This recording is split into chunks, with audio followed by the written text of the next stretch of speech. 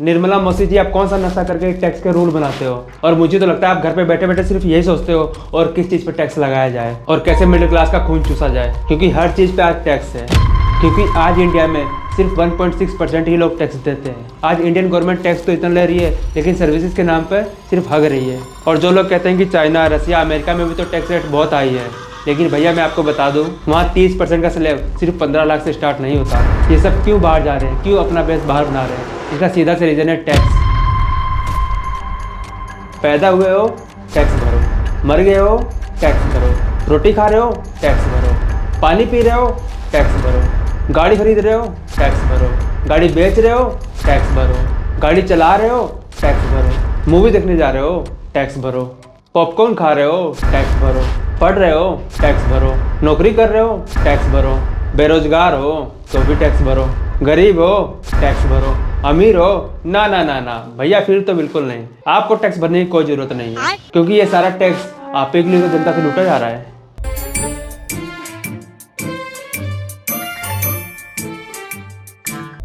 अगर आप भी मिडिल क्लास फैमिली से हो और परेशान हो तो और परेशान होने के लिए तैयार हो जाइए, क्योंकि 1 फेब को आ रहा है नया बजट, जिसमें सभी लोगों को डर है कि इसमें निर्मला मौसी जी अब क्या ही करेंगी और कितना टैक्स बढ़ाएंगी। क्योंकि सुनने में तो आ रहा है कि टैक्स रेट पहले से और बढ़ने वाला है, क्योंकि अभी जो जीएसटी के नए रूल आए हैं वो तो ऐसा लगता है कि निर्मला मौसी ने सिर्फ मजाक मजाक में बना दी है। यकीन नहीं आता? चलिए बताता हूँ मैं। बुक खरीद रहे हो तो 0% टैक्स, नोटबुक खरीद रहे हो तो 12% टैक्स, गर्लफ्रेंड के साथ मूवी देखने जा रहे हो और नॉर्मल पॉपकॉर्न ले रहे हो तो 0% टैक्स, कैरिमल या चॉकलेट पॉपकॉर्न ले रहे हो तो 18% टैक्स, नारियल खरीद रहे हो तो 0% टैक्स, लेकिन नारियल का पानी खरीद रहे हो तो 12% टैक्स, और खाने वाला नारियल लोगे तो 18% टैक्स। होटल में रोटी खाओगे तो 5% टैक्स, अगर वहीं पराठा मंगा लिया तो 18% टैक्स। आपको खुद नहीं पता आप कौन कौन से टैक्स भर रहे हो। भैया निर्मला मौसी से मेरी पर्सनली प्रार्थना है, अगर तुम्हें मारना है तो साला एक बार में मार दो, हमारे पर ट्रक चढ़ा के मार दो। क्यों साला तुम हर चीज पर टैक्स लगा लगा के हमें मार रहे हो? आप कौन सा नशा करके टैक्स से रूल बनाते हो? या आपको ये एडवाइस कौन देता है? क्या आपको आम इंसान की थोड़ी सी खुशियाँ देखी नहीं जाती? लेकिन भैया डर तो इस बात का है कि फेब में जो बजट आएगा उस पर कितना टैक्स लगेगा, कहाँ कहाँ टैक्स लगाया जाएगा और कितना टैक्स बढ़ाया जाएगा। जैसे कि ये टैक्स नाम का जहर एक आम इंसान को रोज रोज मार रहा है, तो चलिए इसकी अर्थी उठाते हुए उसको डिटेल में समझते हैं। शायद आप सोचते होंगे जो बड़ी बड़ी कंपनियां हैं, रिलायंस, अडानी, ये कंपनियां टैक्स देकर हमारे देश को चला रही हैं, लेकिन मैं आपको बता दूं आप ये गलत सोचते हो, क्योंकि भैया डाटा तो कुछ और कहता है। आप ये ग्राफ को देखिए, ये जो ब्लू लाइन है ये कॉर्पोरेट टैक्स की है और ये जो रेड लाइन है वो इनकम टैक्स की है।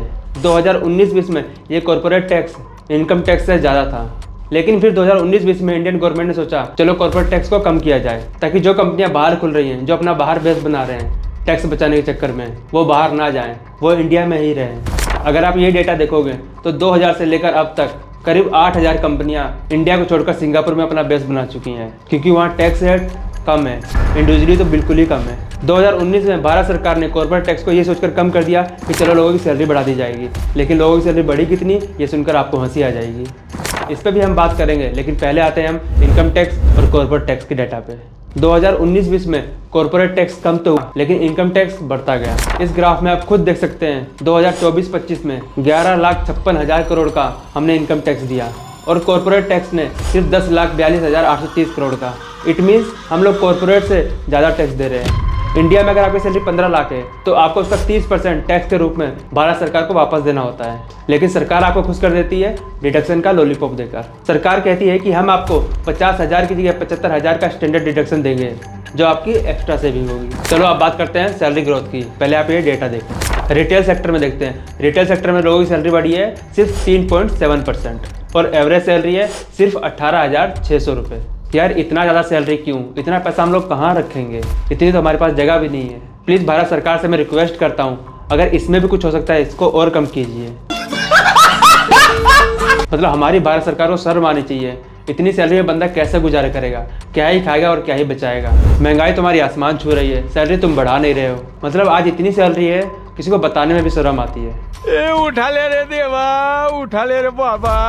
अब बात करते हैं आईटी सेक्टर की। आईटी सेक्टर में भी कुछ खास नहीं। यहाँ सैलरी ग्रोथ हुई है सिर्फ 4%, लेकिन इंडिया का इन्फ्लेशन रेट देखोगे तो वो बढ़ा है 5.48%। अकॉर्डिंग टू इन्फ्लेशन हमारी सैलरी ग्रोथ 5.5% तो होनी ही चाहिए थी। ये तो इंडिया की ओवरऑल इन्फ्लेशन है, लेकिन आप हेल्थ और एजुकेशन की महंगाई देखोगे तो वो 14 और 15% को भी क्रॉस कर गया है। वैसे इन्फ्लेशन पे मैंने ये पूरा वीडियो डिटेल में बनाया है, आप जाकर देख सकते हैं। भारत सरकार हमसे इतने हाई रेट पर टैक्स लेती है, लेकिन बदले में हमें क्या देती है? टूटी हुई रोडें, हवा में पोल्यूशन, खाने पीने की चीज़ों में मिलावट। आज ज़्यादातर शहरों में पानी इतना गंदा आता है कि हम इसको बिना प्योरीफाई किए पी नहीं सकते। आज भारत के ज़्यादातर शहरों में पानी खरीद कर पीना पड़ता है, या तो घर में प्योरीफायर लगाना पड़ता है। बिना प्योरीफायर के हम पानी वो पी नहीं सकते। अगर आप बात करेंगे एयर पोल्यूशन की, तो आज भी आप दिल्ली का AQI लेवल चेक कर लीजिए, 300+ ही आएगा। मतलब हम जहरीली हवा में सांस ले रहे हैं। और अगर बात करते हैं सेफ्टी की, आज भी लड़कियां रात को बाहर निकलने में डरती हैं। आज भी हर तीसरे चौथे दिन रेप के केसेस सोशल मीडिया पे दिखाई देते हैं। कोई गवर्नमेंट काम करवाना हो तो उसके लिए धक्के खाने पड़ते हैं। आप किसी भी गवर्नमेंट हॉस्पिटल में चले जाइए, वहाँ आपको लंबी लंबी लाइन लगानी पड़ती है। एक आम इंसान को पूरी दिहाड़ी तोड़नी पड़ती है। अरे भैया, आप हमसे इतना टैक्स ले रहे हो तो कम से कम हमारी बेसिक रिक्वायरमेंट को तो पूरी करो। हेल्थ और एजुकेशन, जो कि हर इंसान के लिए बहुत इंपॉर्टेंट है, इसके लिए आज लाखों रुपए खर्च करने पड़ते हैं। चाहे पढ़ाई हो चाहे दवाई हो, डॉक्टर और मास्टर ने जितना मांगा हमें उतना देना पड़ता है। ठीक है, हम मानते हैं हमें फ्री की इलेक्ट्रिसिटी नहीं चाहिए, फ्री का घर नहीं चाहिए, कम से कम पानी तो साफ दो, सेफ्टी तो दो, साफ हवा तो दो। टैक्स देना हमारी रिस्पॉन्सिबिलिटी है, लेकिन जो आपकी रिस्पॉन्सिबिलिटी है हमारी बेसिक रिक्वायरमेंट को पूरा करना, वो कौन करेगा? उसमें क्यों चूक हो रही है? उसको क्यों नहीं पूरा किया जा रहा है? और जो लोग कहते हैं कि चाइना, रसिया, अमेरिका में भी तो टैक्स रेट बहुत हाई है, लेकिन भैया मैं आपको बता दूं, वहाँ 30% का स्लैब सिर्फ 15 लाख से स्टार्ट नहीं होता, लेकिन इंडिया में ये 15 लाख से स्टार्ट हो जाता है। और दूसरी बात, ये कंट्रीज अपनी जनता की बेसिक रिक्वायरमेंट को पूरा करती हैं। आप वहाँ की हवा देख लीजिए, वहाँ का पानी देख लीजिए, वहाँ की नदियाँ देख लीजिए, बिल्कुल टिप टॉप है। हमारी गंगा और यमुना से तो साफ़ी है। वहाँ की टेक्नोलॉजी देख लीजिए कितनी एडवांस है। आप भी हमें ऐसी फैसिलिटी दीजिए ना, हम टैक्स देने से कहाँ मना कर रहे हैं। क्योंकि अब GDP ग्रोथ कम दिख रही है, तो भारत सरकार सोच रही है कि आने वाले FAB के बजट में इनकम टैक्स को कम किया जाए, ताकि टैक्स कम लगेगा तो लोगों के पास पैसा बचेगा, और पैसा बचेगा तो लोग मार्केट में इन्वेस्ट करेंगे, मार्केट में खर्चे करेंगे। खर्चा करेंगे तो डिमांड बढ़ेगी, डिमांड बढ़ेगी तो मैन्युफैक्चर बढ़ेगा, जिसकी वजह से नई नई कंपनियां और प्रोजेक्ट स्टार्ट होंगे। बट आई डोंट थिंक ये सोल्यूशन काम आएगा, क्योंकि आप इनकम टैक्स को तो कम कर दोगे, लेकिन फिर महंगाई बढ़ा दोगे तो उसका कोई फ़ायदा नहीं होगा। मुझे लगता है टैक्स रेट और महंगाई कम करने के साथ साथ लोगों की सैलरी इंक्रीज़ करनी चाहिए, क्योंकि आज इंडिया में सिर्फ 1.6% ही लोग टैक्स देते हैं। और अगर आप टैक्स रेट को कम भी कर दोगे तो कोई फ़ायदा नहीं होगा, क्योंकि अगर आप महंगाई बढ़ा रहे हो तो वो महंगाई की मार तो सबको झेलनी पड़ेगी, फिर चाहे वो लोअर क्लास हो, चाहे मिडिल क्लास, चाहे अपर क्लास। और दूसरी प्रॉब्लम है बेरोजगारी, यानी अनएम्प्लॉयमेंट। आज हमारे देश में बहुत बड़ी आबादी के पास जॉब तक नहीं है, और जिनके पास है उनकी कोई सिक्योरिटी नहीं है। हमें टैक्स देने में कोई प्रॉब्लम नहीं है, बट कम से कम हमारे पास काम तो हो, हम वहाँ तक पहुँचे तो। आज बड़े बड़े बॉलीवुड स्टार और पॉलिटिशियन सारे बाहर रहते हैं, सारे देश छोड़कर जा रहे हैं, अपनी कंपनियां, अपना बेस सारा बाहर बना रहे हैं। अभी इसी साल जून में ही सिंगापुर में एक कंपनी खुली, अडानी ग्लोबल पावर करके। और यही नहीं, गौतम अडानी जी के भाई विनोद अडानी जी अब दुबई बेस्ड हो गए हैं। उन्होंने पूरी तरह भारत को छोड़ दिया है। ये सब क्यों बाहर जा रहे हैं, क्यों अपना बेस बाहर बना रहे हैं? इसका सीधा से रीज़न है टैक्स और हमारे देश की सर्विसेज। आज इंडियन गवर्नमेंट टैक्स तो इतना ले रही है, लेकिन सर्विसेज के नाम पर सिर्फ हग रही है। यही सरकार अगले बजट में आपको टैक्स कट ऑफ का लॉलीपॉप पकड़ा देगी, और फिर उसके बाद महंगाई बढ़ा देगी। फिर लोगों की इनकम तो बढ़ेगी नहीं, जिससे एक आम इंसान परेशान नहीं होगा तो क्या होगा? तो भैया, इन सब चीज़ों को कम करना है तो हमारी सरकार को इन सब चीज़ों को लेकर एक पॉजिटिव स्टेप उठाना पड़ेगा, और यंग जनरेशन की पोटेंशियल को यूज़ करके उनको स्किल सिखानी पड़ेगी और उनको नौकरी देनी पड़ेगी।